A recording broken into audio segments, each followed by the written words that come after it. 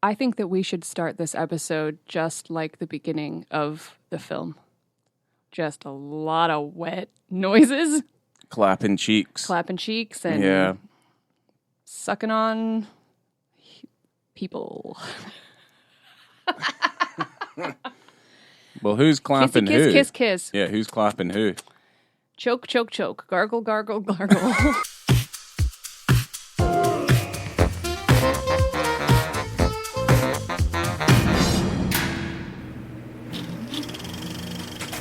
Well, hello there. Welcome to On the Beat, the podcast that uncovers full frontal male nudity in cinema. My name is Laura, and I am joined by my co-host Ryan. Hello. Ryan, I have one question for you before we begin. Yeah. Are you here for business or pleasure? Business. But bullshit. You're here for pleasure. You're here for the 2021 drama Pleasure, directed by Ninja Thyberg, starring Sophia Kappel, Revika Ann Russell, and Evelyn Clare, along with many, many other beautiful porn stars. Porn actors. Established porn stars. Yes. Her name's Ninja? It's not Ninja. Is it? I don't know. I'm going to say both. I mean, if it's Ninja, that's fucking badass. Ninja Thyberg. It's spelled Ninja. It is spelled Ninja, but you're absolutely right. I probably just got too excited. Well, she's Swedish, so it could be Ninja. Ninja Thyberg. Ninja. Sweden's cool. Yeah. Yeah. Okay. Yeah. No. Okay. Well. Yeah. I'm here for if that was the question you were posing. Yes, I'm here for the movie Pleasure. Absolutely. I guess. Let me drop that synopsis real quick from Letterboxd. Okay. 20-year-old Bella Cherry leaves her small town in Sweden for Los Angeles with the aim to become the world's next big porn star. But the road to her goal turns out to be bumpier than she imagined. That's for sure. That's definitely for sure. She says in the beginning that she's 19, but I just wonder if that's, in porn, they want your barely legal ladies. Well, I don't know if they actually hire people who are barely legal. Well, barely legal means legal. Just barely, though. Just barely, 18. They were like, I turned 18 yesterday. Just to the cusp, yeah. Just so it's legal. But no, I think, personally, if I was a businessman who was running Barely Legal, I would... BarelyLegal.com? Well, you would hire people who look young and just get them to say that they're 18, but they're not. I'm pretty sure that that's what happens. Yeah, I'm pretty sure that's what happens. It's a casting decision. You're not going to get someone in there who's like an old man being like, I'm 18. That'd be odd. No, the old man's a separate category. Old and crinkly. Old and young. Old crinkly. Yeah, grannies. Hey, there's something for everybody out there. If you're into that. Yeah, there's literally everything. Gaping holes, hairy. Literally anything you want. Anything, we don't kink shame. Stuck in a window. Absolutely. Stuck in a window, stuck in the stairs, stuck in the dryer. ladder. Yeah, stuck in the dryer. Stuck in the dryer is quite, That's a real dangerous thing. Do you think people die from getting stuck in dryers? I don't really think you can get stuck in the dryer. I think it's just for pleasures. I don't know. Kinky pleasures. Do you want me to talk about Ninja, i.e. or Ninja Thyberg, before we kind of get cracking into this? So she's a Swedish director and writer. There's not a lot of info on her, unfortunately.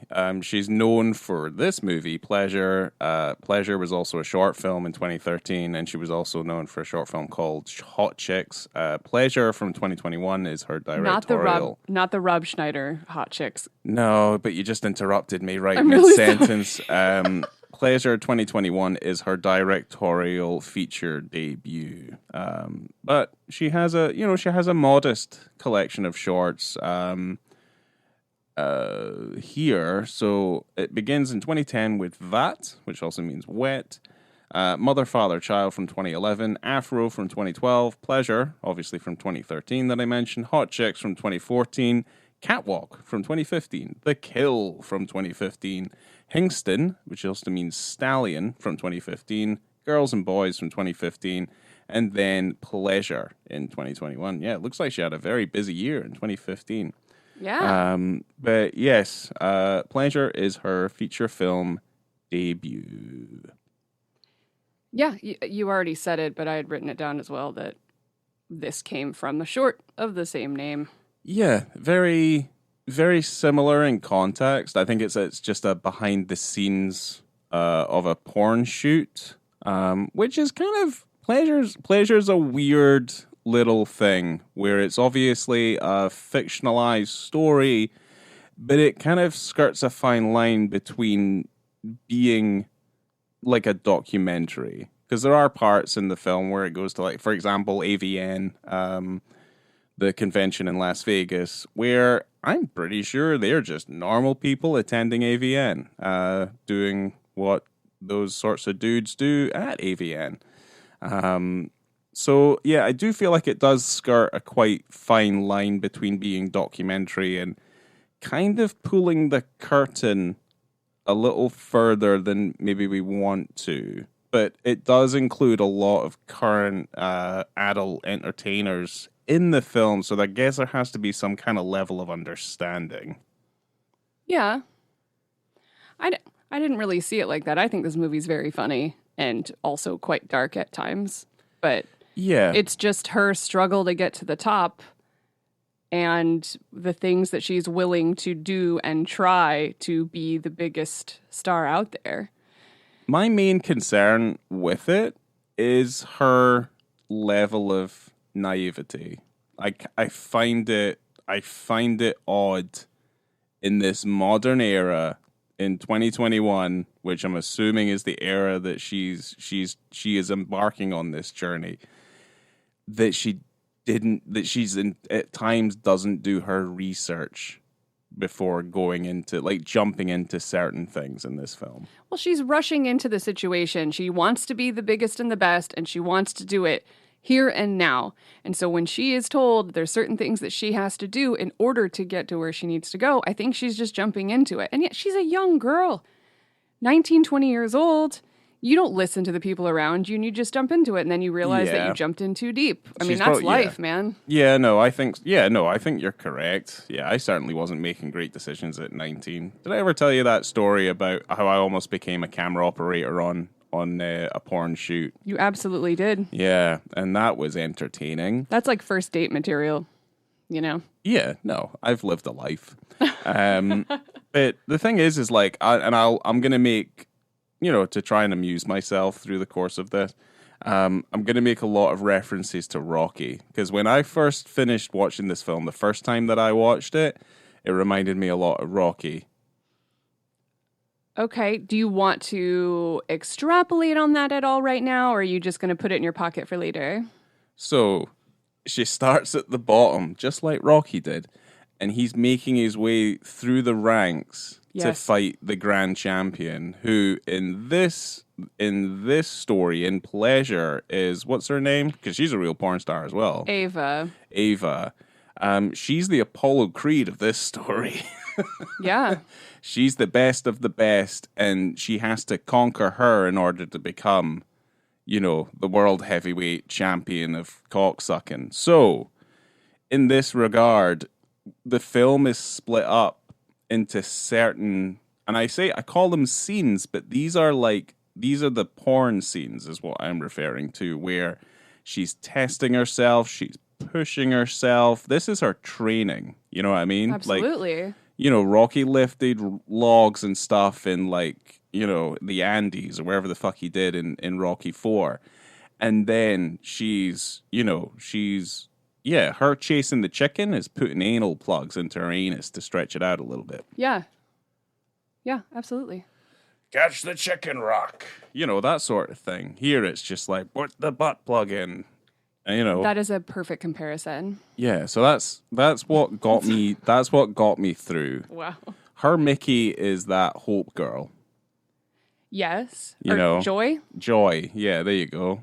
The girl from Florida. The girl from Florida, who also is a real porn star. And she's got one of the a lot of the surrounding background characters that are in this film. They're all very good. I think everybody has some relation to the adult film industry in this film other than our central character. Correct. Who certainly puts herself through the ringer. Certainly jumps in and really kind of goes for it. Because this film does not really pull too many punches either. No. Like, there's no skirting around sensitivity. And I think the first time we watched it, we watched I don't want to say like the theatrical version, but like there's two versions. There's an unrated, uncut version, and there's also the seemingly cut version. I can't see any differences between the two, personally. I think maybe some scenes in the uncut version just run a little bit longer and you maybe see a little bit more. But primarily, you're getting the same experience regardless of whatever version you're watching, I think. Yeah, I agree. So the original feature-length title, from what I researched, was called Jessica.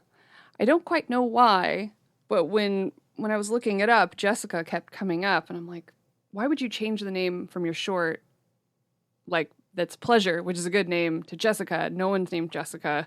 I mean, I know that you can change names and everything, but I don't think that's a good name. I like how I do like how the title comes in when she gets in at customs, and it's that question as posed to her. I do like how that's done. Yeah, it's hilarious. So the director had said, I see that everything she's going through can be a metaphor for things that I've gone through. And I've never been a porn star. We're under the same mechanisms of power. And she had wrote her thesis on pornography and therefore had to watch a lot of pornography for, analysis and seeing different aspects of how, it's made and how it's shot. And she'd seen a double anal scene and thought to herself, that must be so painful. I don't know how painful it is, but it can't be pleasurable. So then she wanted to know more about why someone would do this and the motivation for it. And that was the kind of that origin story for the short that she'd made. Right, and okay. Around that same time, she had watched a film called Weapons of Ass Destruction.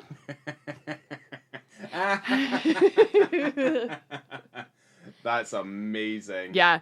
And she said it was so on point with the aggressive tone that she was seeing in the male gaze. It's not even trying to hide the aggression toward the female body.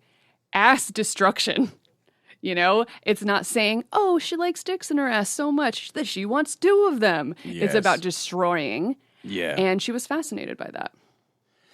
The porn industry's, it's a weird product. Like, it's a weird manufacturing industry where there's such a strange line between decency and dehumanization, but it is an industry very much like, I would say, classic Hollywood that was run primarily by female stars because they put asses on seats. And in the porn industry, you have your named, male model types, your male adult stars, which, for obvious reasons, but they're not as prevalent as the women. Like, the women are touted in the porn industry. And there's kind of this weird thing where it's like they're very much aware of the exploitation involved in it, and I think they're very much aware of that, so that gives them a level of control. But from the outside, you can see that it's like, well, no, you are being exploited. You are being put through situations that are neither, one, realistic out in the real world, and second of all, do come across as if they're incredibly dehumanizing. So it's an odd product to look at, I feel. It was interesting. I liked all of the, I guess that kind of leans into how you were saying, as it felt a little bit more like a documentary at times, where you got to see the beginning, how they're shooting it, which is funny. It's so funny that her very first porn shoot is so funny to me. I like the fact that it details not only like the physical mechanics of a shoot, but certainly the legal mechanics that go around it, because obviously depending on whatever shoot you do, for the most part, there is a massive amount of legal control that needs to be undertaken in order for things to, one, stay safe, and second of all, obviously, don't put the producers of these films in jeopardy legally, which is also, I think, another reason why most pornography is shot in California, because the laws there are different than they are in the rest of the United States. So, but I do like the fact that there is more focus on the actual mechanics of how do you do these scenes, how do you do this, how do you do that, the level of direction, this sort of thing, that sort of thing.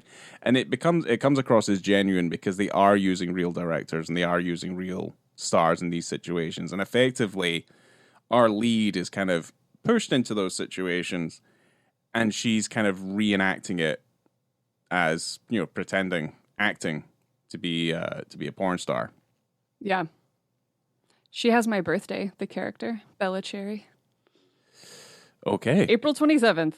It's always fun when someone has your birthday in a movie. Yeah, it doesn't really happen because mine, I can't remember if I have a character in any movie that has it's probably something really sad, like It's a Wonderful Life. Like, Jimmy Stewart's character's got like September 4th as their birthday and it's just like, oh, Mars. It's like someone really depressing. It's not someone cool, Someone cool like Bella Cherry. Yeah, or like Xander Cage, or, fucking, whatever Stallone's character is in Demolition Man. Like, it's nothing like that. He's not going to have birthday like September 4th, Optimus Prime. It's weird. Okay. We'll do some research. I guess we know what my heroes are. Yeah. Wow. Bumblebee.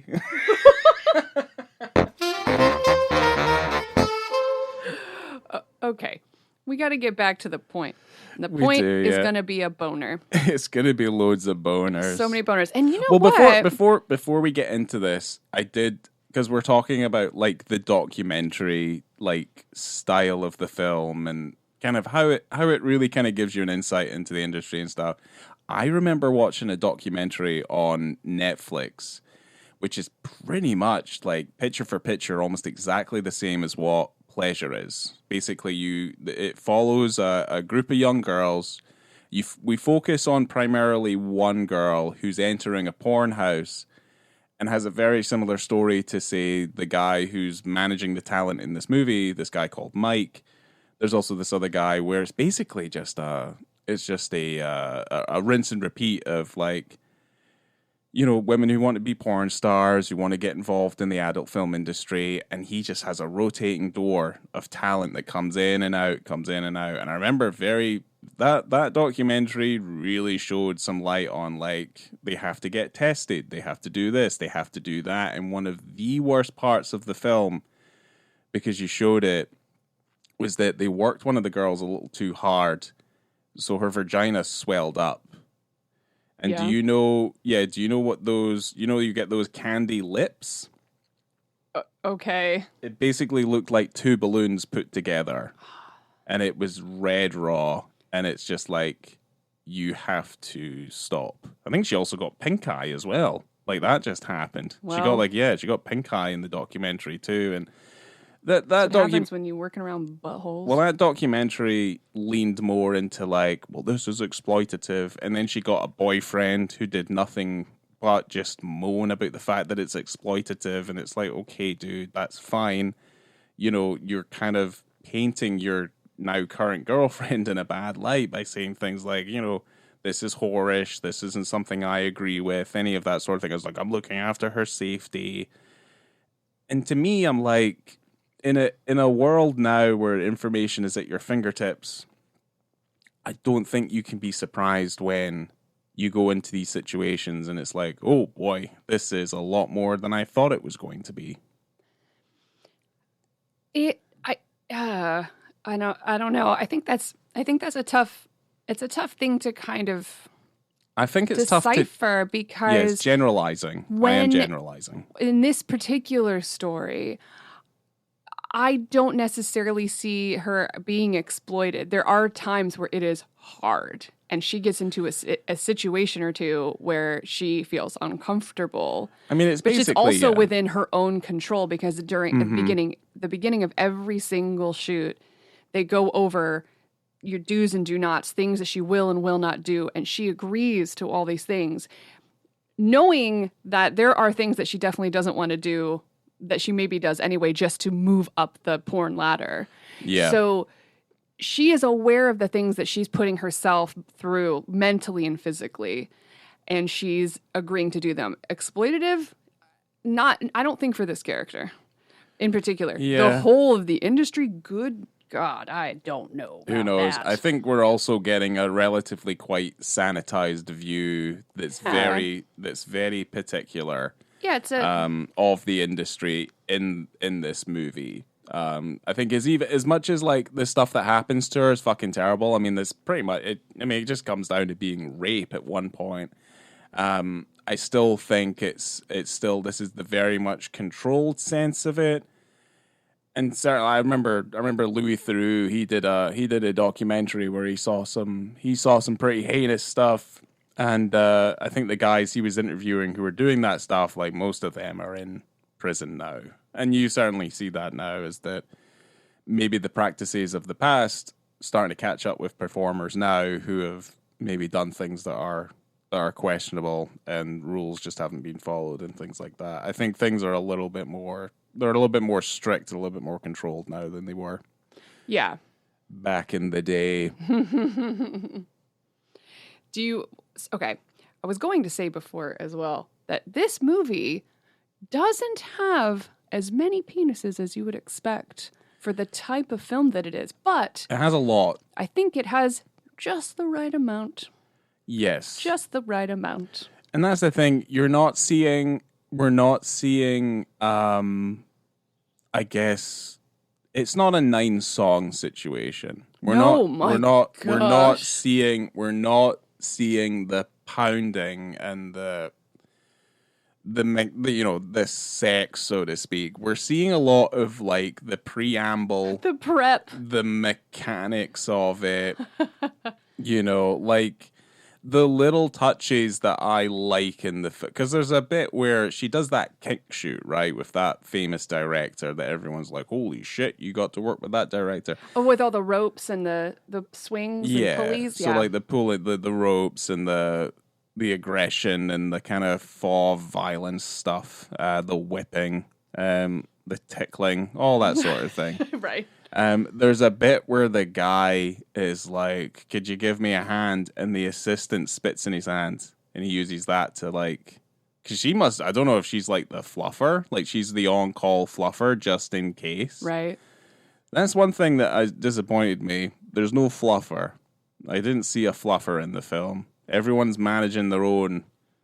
And I do like the idea of seeing a fluffer. Okay. Because I wonder where that person came from to find themselves in that position. I would make a film called Fluffer, honestly. That would be the one, yeah. Have you seen a film where there is a fluffer? I think it's maybe more of a joke. Okay. I do like the idea, because like... That seems like something that would be an Orgasmo. Well, like, I remember, like, in Boogie Nights, I thought Philip Seymour Hoffman acted a little bit like a fluffer, because he had, like, such a desire to, like, be around these people and to, like, be their friend. And, yeah, like, that wouldn't surprise me. I think this is the time now for me to watch Boogie Nights again, because it's been ages. But I think there was a documentary I saw and there was a fluffer and I'm like, get the fluffer, and it's like some poor girl and you just see the dead in her eyes and I'm just like, holy shit. Dear. Yeah, it's rough. Yeah, these men are tending to themselves, that's for sure. Some of them are doing a little extra to try and make sure that they stay ready. I like the fact and I'm trying to remember his name, and I'm pretty sure he's also part of the industry as well. The guy who we meet originally, who's doing the legal commentary before her first scene, We just found his name. It's Chris Cock. His character's name is Bear. Yeah, he's excellent in the film. He's so good. He's excellent. I would say that to lead her into these situations and to lead her into kind of what this is going to be, I think he's a fantastic addition in the film because it lightens up some of the moments in the film. And certainly when it comes to shooting that main scene, which becomes obviously her springboard to becoming a Spiegler girl,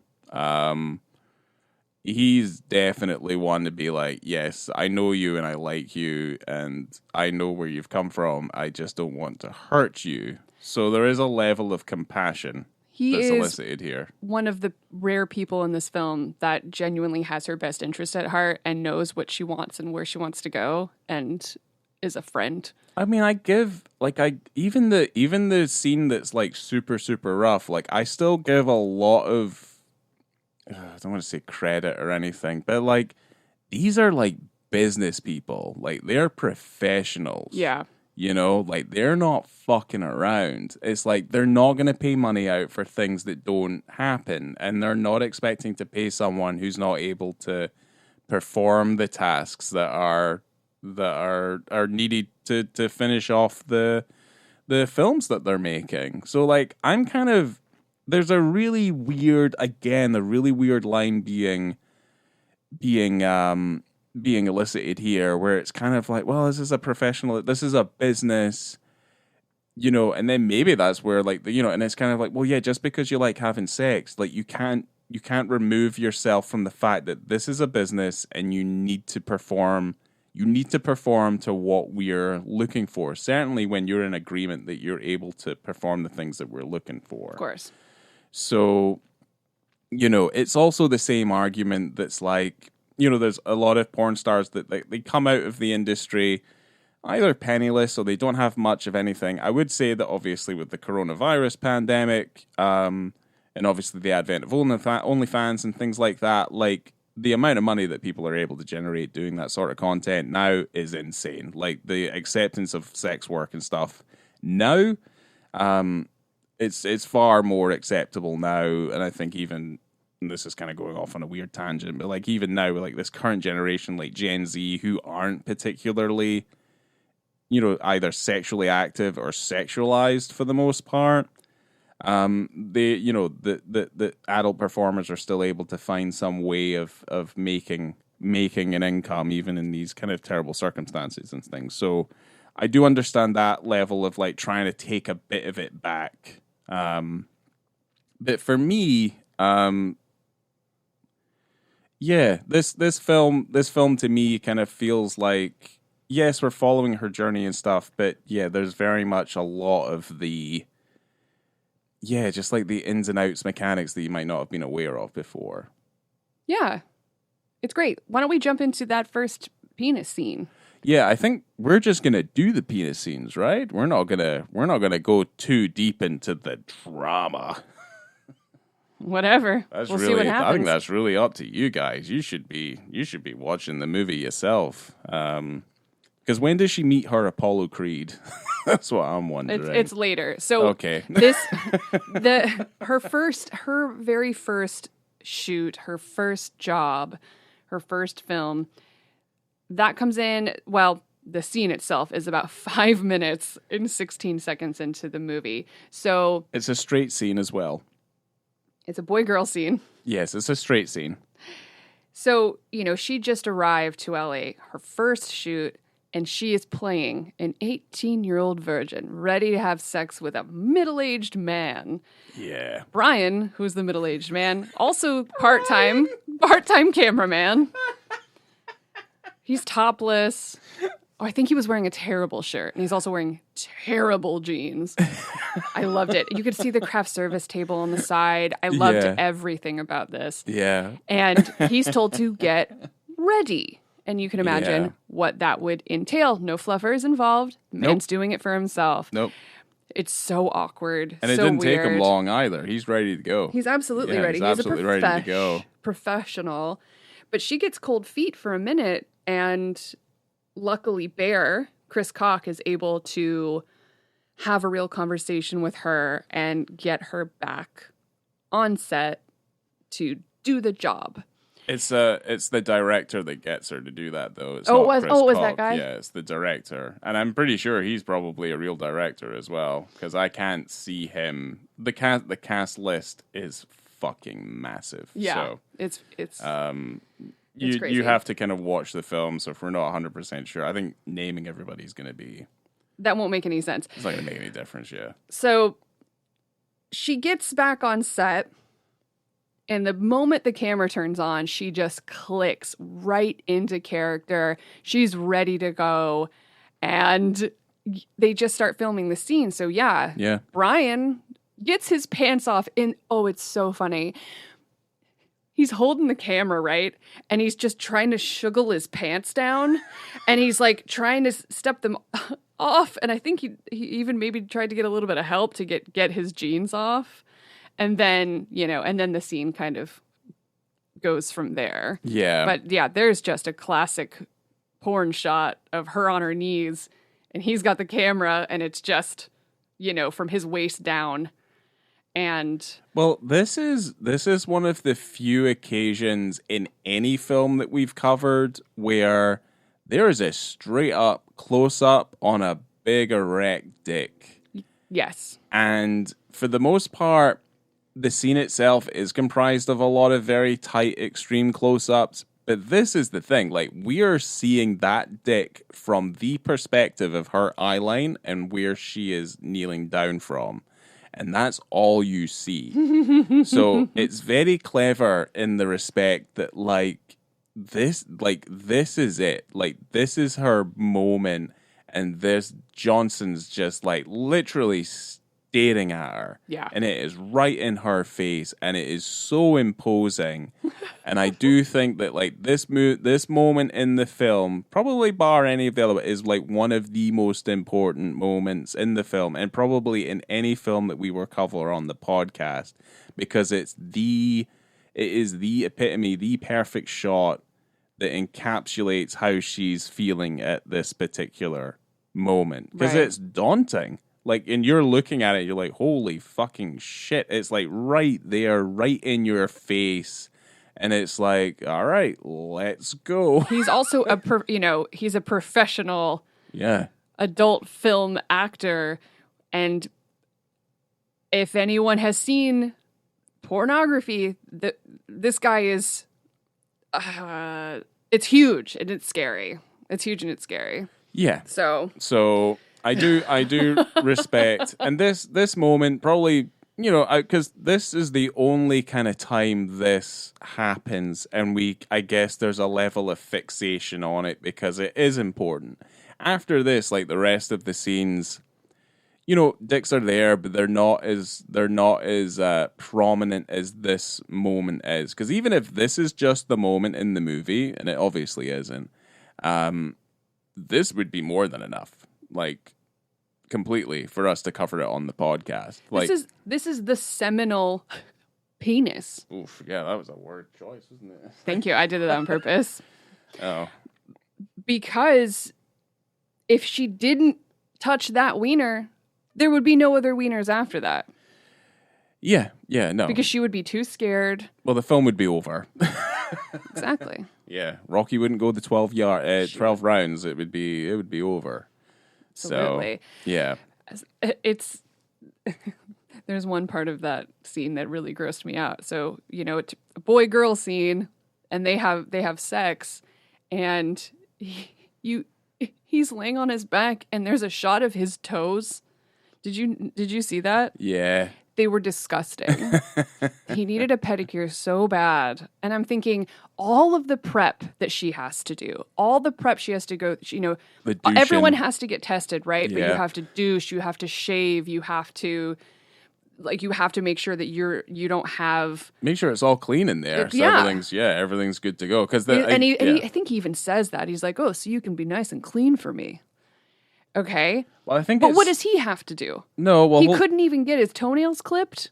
Well, Laura, to be honest, like his dick is on the outside. Like you can clean a penis relatively quite easily. Like you can also clip your toenails. You can also look at but here's the thing, like you're not gonna fixate on his fucking toes during the scene, but like if she's got anything up inside her and that stuff starts coming out when they start having sex, it's gonna put people off and they're not gonna want it. I was trying to make a funny point. We don't need to go into the mechanics of douching. Oh, I'm really sorry. Anyway. Oh my gosh. Yeah, but you know what I mean? Like you can't just start blaming him.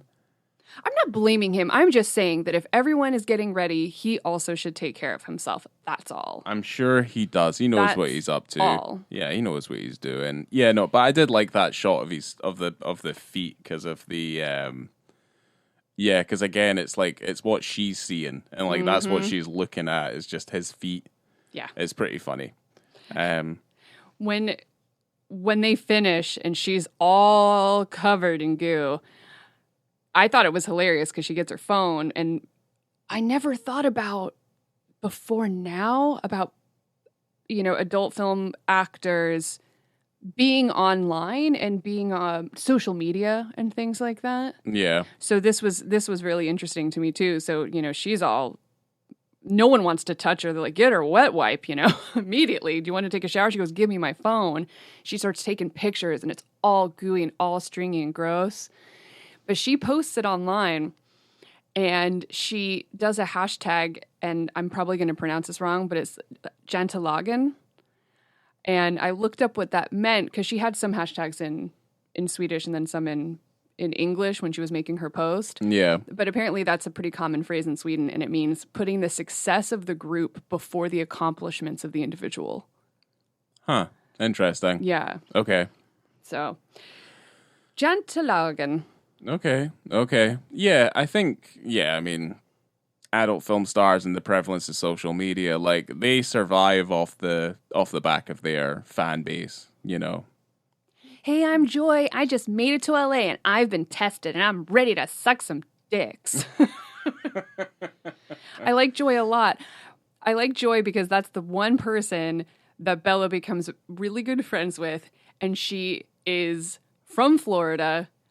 And she is the most chaotic person in the entire film. And I thought that was incredibly appropriate. Yeah, no, she's a chaotic force. I mean, that whole porn house situation, like the bitching, we don't see it as bad as it probably could be, but you can see how a situation like that could escalate. Well, Bear is the one who warns her, oh, you're staying in one of the model houses. Be careful of those women. They will lie. They will steal from you. They'll steal your jobs. They'll steal your stuff. Well, that's Bear and the director. Right. They've been around for a while. But the women are not like that. These particular women that she ends up being with are not like that at all. They're all friends and they eat pizza and watch Game of Thrones together. I mean, usually is like in a storytelling sense, like if there's a warning like that, you're expecting something to happen. But then when something does happen, it's kind of really Bella's fault, to be honest. 100% her fault. Yeah, so it's kind of different to that. Like, I mean, them describing that situation to me makes complete sense to me. Like, I could see that escalating and going out of control relatively quite quickly. Well, that is her journey. May the bridges she burn light the way. Yes. Because she is on a destructive journey, and it doesn't matter who gets in her way. Yeah. If you're not going to help, she keeps saying it over and over again, I'm here to work. I'm here. I'm not here to make friends. I'm here to work. And she's got Joy being a classic Florida girl and being very open and very, like, aggressive with her love, and again being a wild chaotic force who's just constantly telling her it's you and me, Bella, I love you, you're my best friend. And Bella's just like, I need to get 2 wieners in my butt so I can be a star. I'm a star. I'm a big bright shining star. Like Bella's professionalism comes in peaks and troughs. And, there's smatterings of dicks and photos and stuff like that. I mean, the next scene that we cover, there's less of it, but it's like the fetish scene with the director that she met at the party. Everyone was so nice. That was such a professional set. You've got a female director. They were really taking care of her, and everyone was super nice. Yeah. I guess like the reason why that's like that is because obviously with what's coming up, it's much more of a contrast. But I do think the scene that's coming up, which is to me, I mean, it's like dick scene number 4. Well, I think I might have missed some, because it is pretty constant. But it's chock full. The bondage kind of kink scene is 45 minutes and 50 seconds. And then 10 minutes later, at 55 minutes and 25 seconds, is the next penis scene. But that is the rough scene where she asked Mike, her agent, to get her a rough scene. Because when she started off, she's going around to different agencies and they're, saying, what are you into? What are your things? And she said, I want to start slow. She's not doing anal. She wants boy, girl, girl, solo, one-on-one stuff.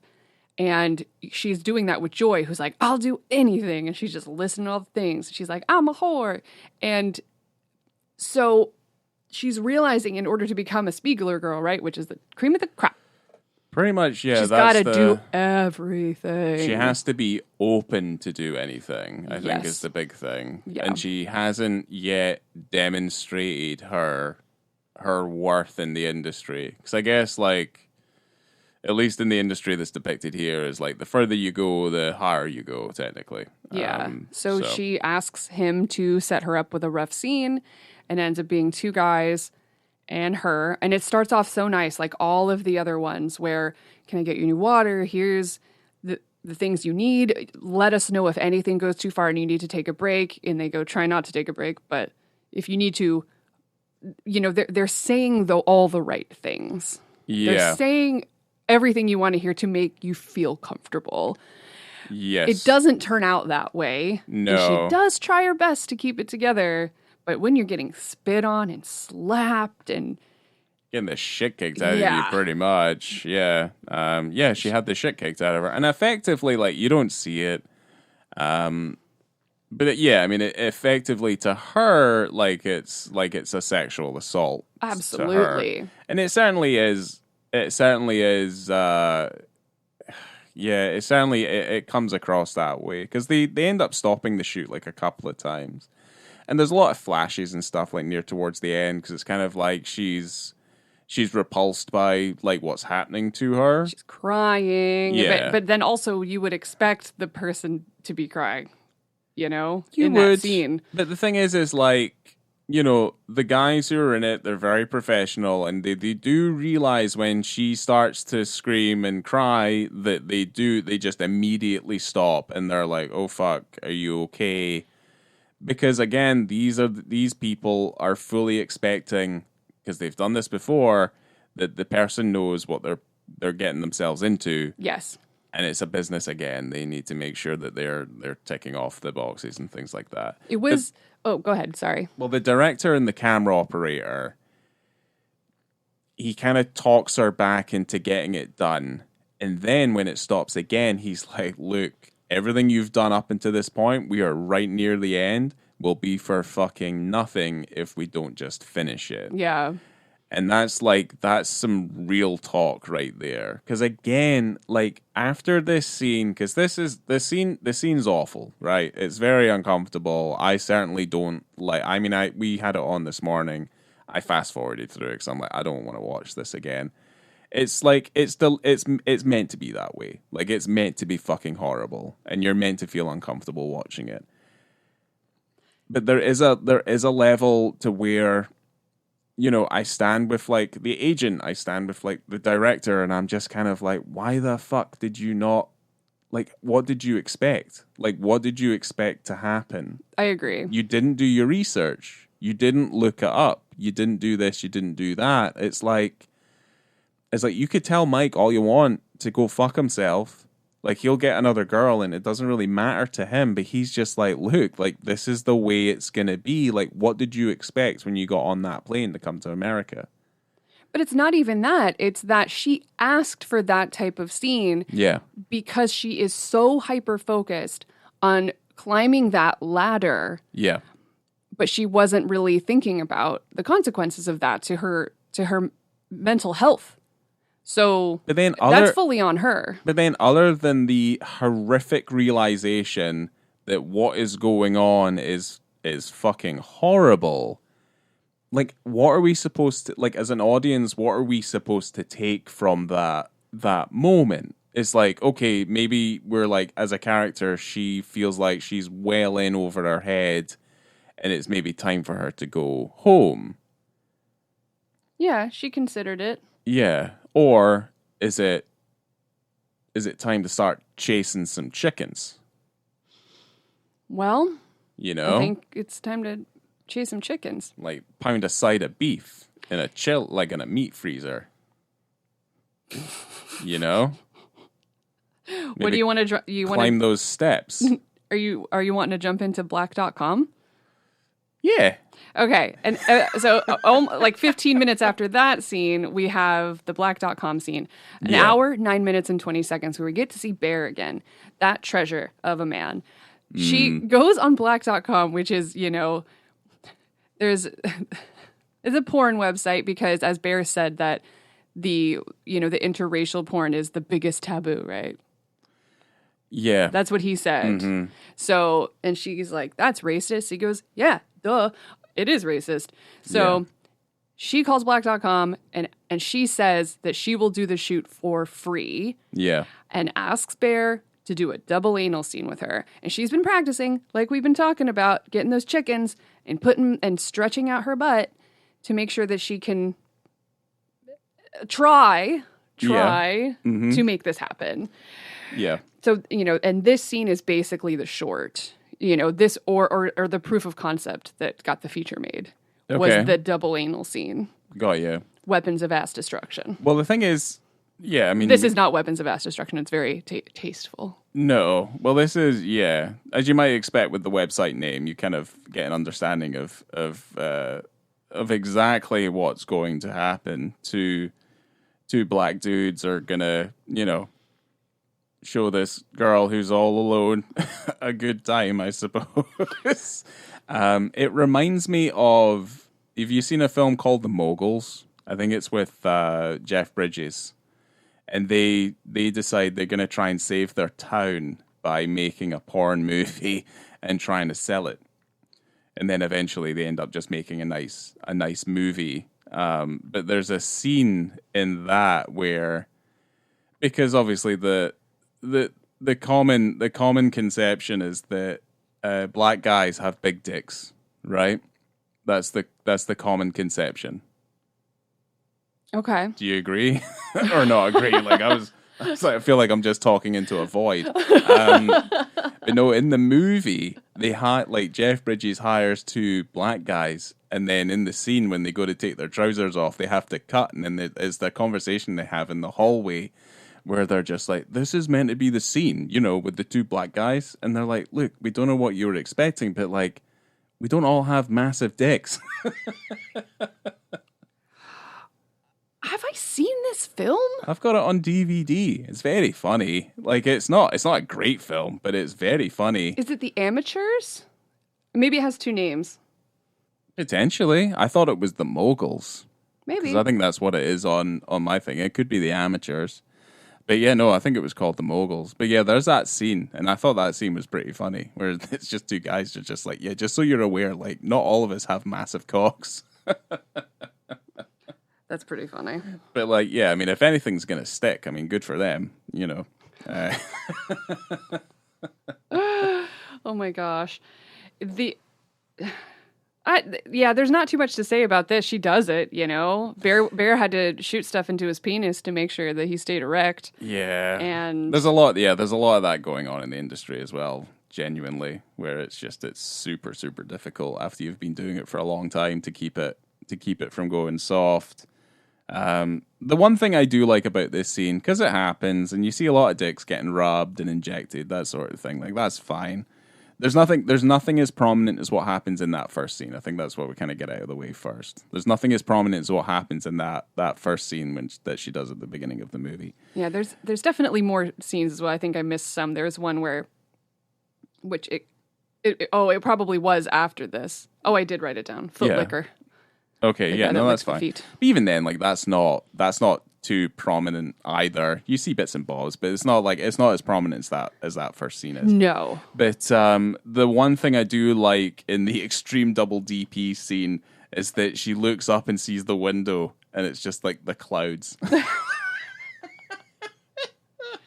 Dude, you got to meditate. You got to go to another place because that can't feel good. But that's the whole point. It cannot feel good. They told her in the beginning of the movie that in order to be the best of the best, you have to enjoy what you do. Yeah. How can you enjoy that? It's rough. Yeah, it's rough. I wrote something down. I don't even know what it means. I said it was probably like having a reverse baby from your butt. Yeah. I don't know what that means, but I wrote that down because I was probably just thinking, my God, it'll never be the same back there. No. There's that conversation that she has with Joy in the bathroom where she said if she finally decides to have kids at some point, there's going to be shooting out of her like a cannon. Yeah.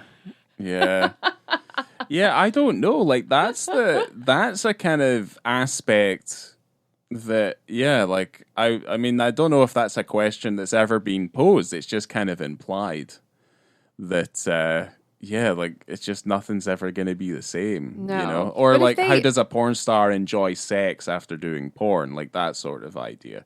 You would hope that they would stop before they hated it, you know? Because you go into that, well, at least our character, Bella, goes into it for the love of sex. That's why she got into it. It wasn't about money. I guess my main thing would be, like, you go in there, you start, youngish, legal, obviously, and then once you know your time is coming, then you move into directing and stuff. Oh, interesting. I would say, like, that feels like a natural progression to me. But obviously, it's... it's not ideal. I mean, you could pull a Maxine and try to get into horror, Yeah, either way. I mean, I haven't seen that movie, so I don't know. But like it does to the heady heights that she eventually gets to, because that's where this scene gets her. Things seem a lot cleaner. Things seem a lot more under control. There's more a focus on the business. There's more a focus on how you look, how you represent yourself. And obviously, she'll be getting paid a lot more, and she'll be working with, better stars. She'll be working with the best in the industry, and she'll be looked after a lot more. And I think that's what happens when she does become a Spiegler girl at that point. Because certainly you can definitely see a shift between, and I don't know if this was deliberate of, the filmmaker. Certainly our lead character who plays Bella, she's very attractive, right? Oh, yeah.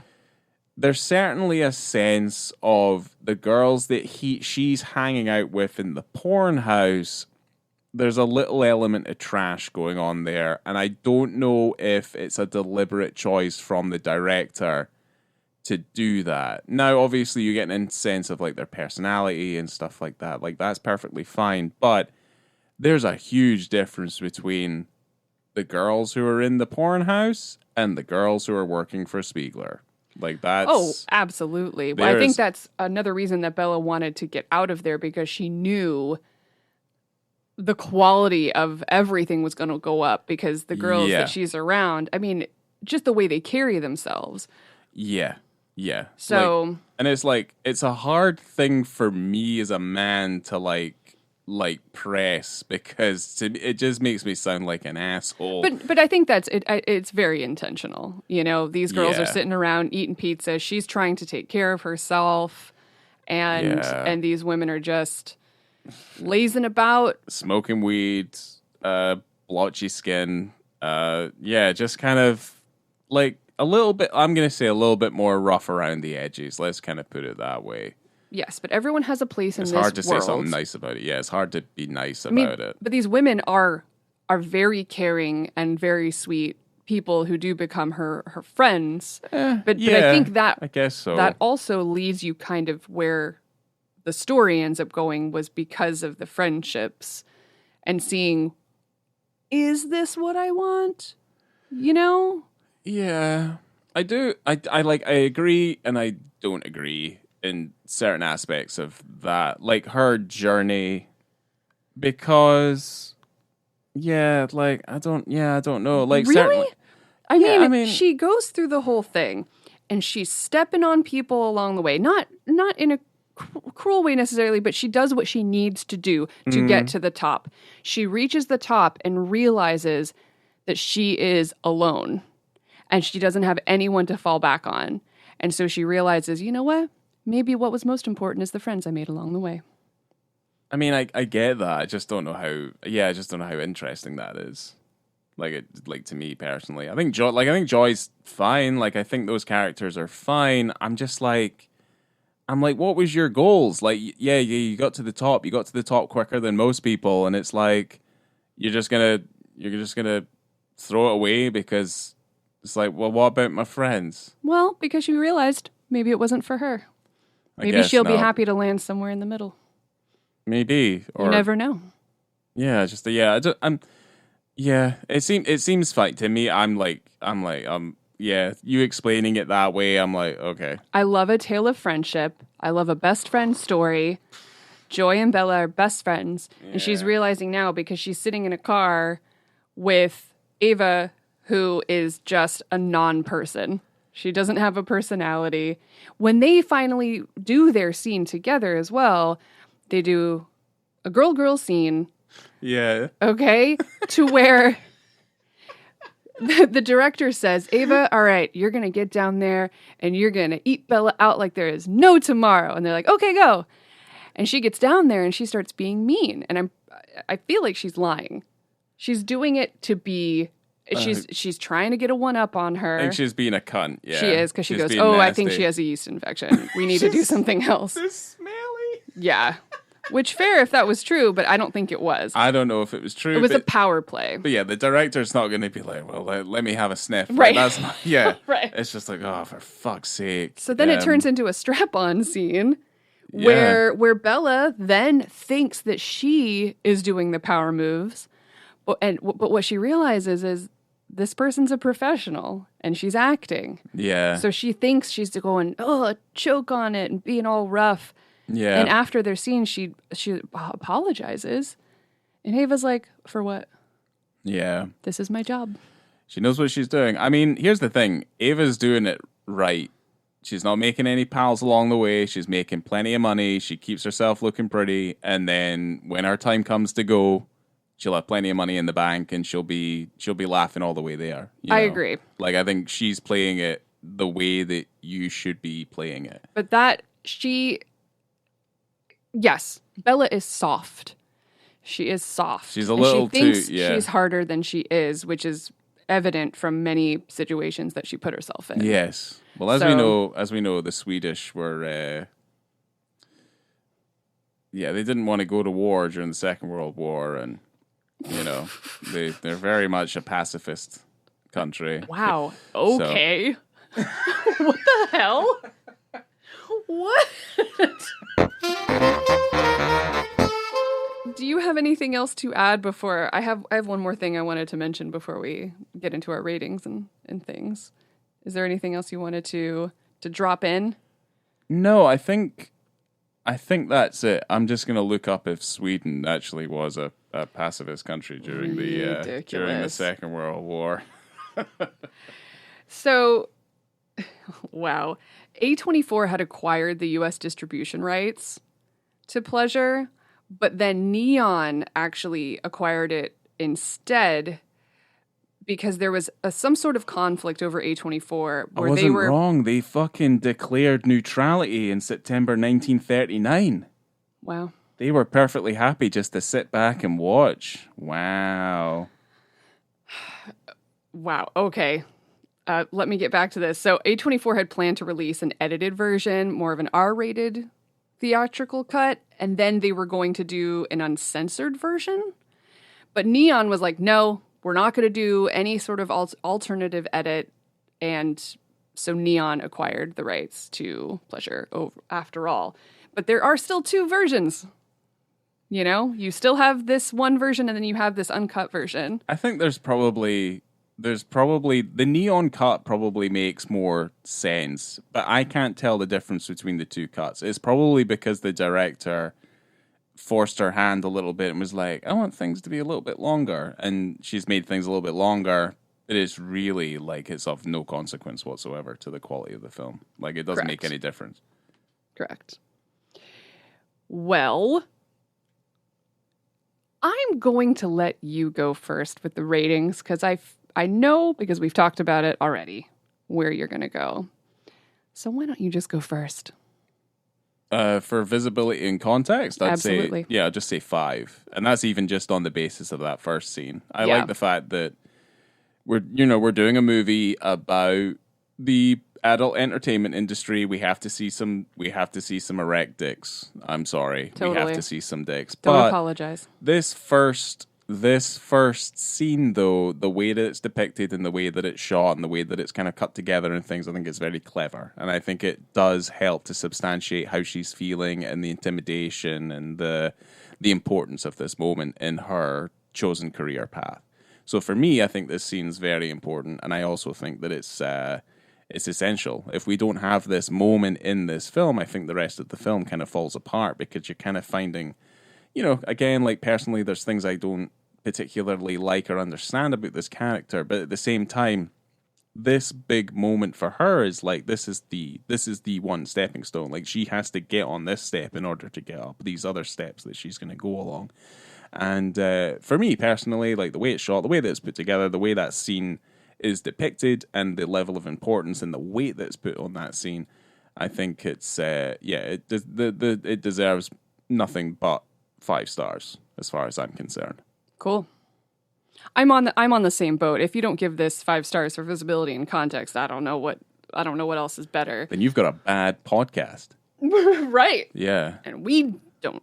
So I agree. That first scene is perfect, and there is a really great balance between, all of the nudity in the film, and it's somehow not gratuitous to me.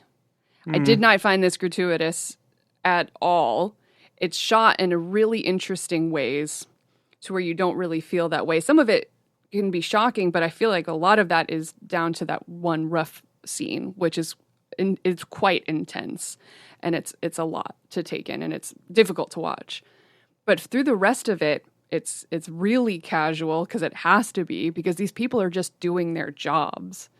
So that's what they have to do to get the job done, and I think that it's done really well. But yeah, I don't. Did you think it was gratuitous? I don't think it's a film I'm ever gonna want to watch again. There's not a lot of. Well, why don't you go into your rating then? You can add it to your overall rating of the film. So I originally rated it 3 because I thought the film was fine. Second time watching it, I gave it 3.5 because it's slightly better than that. But again, 2.5 is average, so it's better than average. And I do think it's original. I don't think it's posing anything new that we didn't know. And I certainly do have a few questions about her motivations and like why she's deciding to do certain things. They don't seem particularly clear. And there's also certain elements as well, like hers. I don't find her particularly charismatic. I know we're finding her, we're following her story and stuff. I find the bit players so much more fucking interesting because it comes from a real place. Mm-hmm. So as her as a lead, I think she's incredibly brave, and I think she's diving head first into this thing, and I think she does an incredible job. But there are certain aspects I think that maybe are limited within the writing where I just don't think there's enough understanding for her motivations as to why she's doing certain things and why she thinks that this is like she gets on a fucking plane from Sweden and goes all the way to be like, I'm going to be a next adult film star. And it's like, I want to know why, because it sounds like, because she's lying to her mother, she's saying she's doing an internship, all this sort of thing. It seems like, and again, people talk to her and say, like, you seem smart, you seem clever, like, why have you made this decision? Because people who do find themselves in that situation, you know, the story's not too different from coming from a broken home, or you kind of worked in adult work before and this felt like a natural progression and all this sort of thing. Like, there's a reason people go into that, and there's a reason why they make certain choices the way they make them. And I don't see that firmly laid out in this film, and I think I would have liked her better, and I would have liked the film better if it was a little bit more strictly laid out. But everything else that happens in the film, I am perfectly happy with it, because it is those parts are entertaining to me. But like, I can't watch that rough scene again. Like, I genuinely can't. I get no entertainment from that section of the film, and it drops my rating for me as well. And I understand why it's there, and I understand why it's as uncomfortable as it is. But for me, like, I just can't watch that shit in general anyway.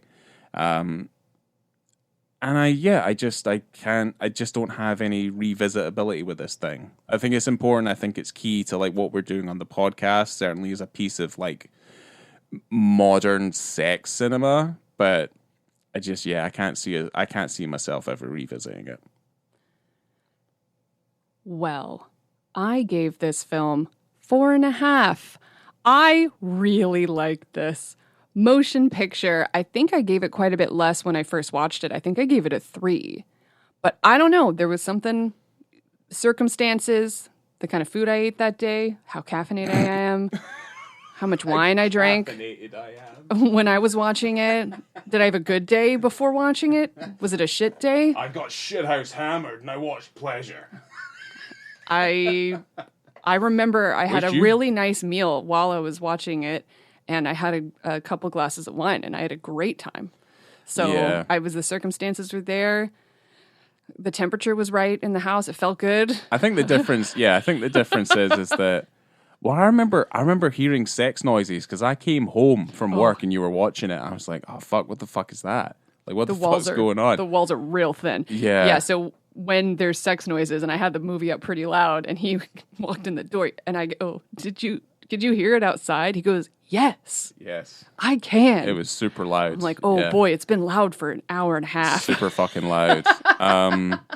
Maybe I think I'm more like Ava in that regard. I'm more business. Like, when I came to sit down and watch the movie, I was analyzing it. I'm pleasure. Definitely pleasure. But I'm all business. I like that movie a lot. I like A Friendship Tale. It's not a rags to riches story, but I think that someone following their dreams and maybe deciding it isn't for them is okay. And I liked her journey. I liked her determination. I liked her as a character, and I liked her hair. I liked a lot of their shoes, and I wish I could wear tall shoes. I thought it was very funny, incredibly colorful, really dark at times. But overall, I think this is a super fun movie, and I don't know if it should be because it's a drama, but I think it's really funny at times. It's just seeing the situations that they're in and pulling back that curtain and seeing all the little details that you maybe wouldn't have thought about. And I find it very enjoyable, and it's not that long. So yeah, it's like an hour 40 I would minutes. Absolutely watch this again. I've seen it twice, and I put it on today just to kind of refresh myself, and I think it's super funny. So I'll if I can get, we don't own it yet, but I will. I think, we definitely have different things that we would go to and find like entertaining. I think this is one of those moments where I'm just like, I'm like, not Pleasure, but then I'll watch Prisoners any day of the week. Oh, yeah. And, obviously I've watched some really fucked up stuff that you can't fucking stand. So I'll watch anything. You know me. I'll watch pretty much anything. The fucking Sadness. Remember watching The Sadness and you were in the room and you didn't even... I didn't look over. Also, because... to be fair, I was working. Man. So, no, I didn't look over. But... that movie's fantastic as well. It's so the movies that you rewatch all the time are different than the ones that I rewatch all the time. Yes. Your comfort movies are Seven. Yeah. Yeah, I can say all the lines to Seven as well as I'm watching it. I'm just like mouthing the words. You know, mine are like Mamma Mia, High Fidelity. Yeah, comfort movies are slightly different. Demolition Man. Yeah. That's not to say I don't like Demolition Man. Mamma Mia can go fuck itself. That fucking piece of shit. But anyway. I'm not going to comment because everyone knows you're false. And you know what? Actually, no. That's okay. You can have your opinion about it, and I will have mine. Love Mamma Mia, and you don't. And that's okay. You know that doesn't work. You know that, like, whenever I have a differing opinion to anybody else's, I get fucking vilified and dragged through the swamp. You're a real victim. I'm really sorry. No, that's not what I'm suggesting. Don't turn the tables on me, Laura Hensel. Don't you dare. Well, that's kind of it for this. I'm going to tell you one of my favorite lines. I can't believe you fucking did this to me. In the movie, if it's for free, it's for me. Coming to you from a beautiful palatial mansion in LA, I have been Laura. Yeah. Yeah? Yeah, whatever. I'm done. Thanks for the pleasure. Bye.